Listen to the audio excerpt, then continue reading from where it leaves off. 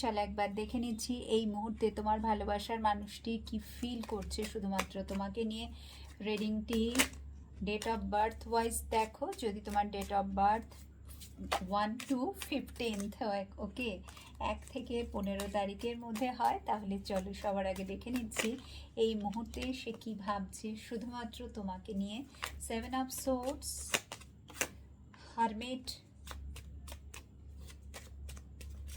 Basically এই মানুষটি না নিজের রিয়ালিটি থেকে পালিয়ে পালিয়ে বেড়াচ্ছে। And what is the reality, that is সে কিন্তু তোমাকে ছেড়ে থাকতে পারছে না। সে তোমাকে ছাড়া পুরো জীবনটার একদম শূন্য, ঠিক আছে, একটা খালিপন যেটাকে আমরা বলি, ভেতর থেকে সে ফিল করছে প্রতি মুহূর্তে তোমাকে ছাড়া সব কিছুই যেন পুরো পৃথিবী অন্ধকার, সব জায়গায় সে শুধু তোমাকে খুঁজে বেড়াচ্ছে।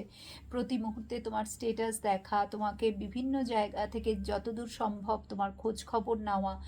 বাট সে যখন এটাও ভাবছে যে সে তোমার কাছে ফিরে আসতে চায়, সে তোমার হয়েই থাকতে চায়, সম্পর্কটাকে আবার নতুন করে জাগিয়ে তুলতে চায়, তখন কি যেন তাকে আটকাচ্ছে। আর সেই কি যেনটা হচ্ছে তার যে কর্মা, যেটা সে করেছে, যেটা সে তোমার সাথে যে খারাপ বিহেভিয়ারটা, বা তোমার সাথে সে যদি কোনো বিট্রে করে থাকে তোমাকে, যদি এমন কোনো তার কথা তোমার যদি ভীষণ খারাপ লেগে থাকে, যে কারণে সে এই মুহূর্তে ভীষণভাবে ভেতর থেকে নিজেকে একটা না অপরাধী মনে করছে, একটা অপরাধ বোধে ভুগছে তোমার পার্টনার এই মুহূর্তে। যারা তোমরা 1 থেকে 15-র মধ্যে ডেট অফ বার্থ আছো, তোমার পার্টনার কিন্তু চাইছে তোমার সাথে কন্ট্যাক্ট করতে, তোমার সামনে আসতে চাইছে, সব কিছু রিলেশনশিপে ঠিক করে নিতে চাইছে। বাট তার সাথেও সে যেটা ভীষণভাবে ফিল করছে যে সে তোমার অপরাধী, ঠিক আছে, তার তোমার সামনে আসার ক্ষমতা নেই। ওই জন্য দূর থেকেই সে তোমাকে দেখে যাচ্ছে, ফলো করে যাচ্ছে,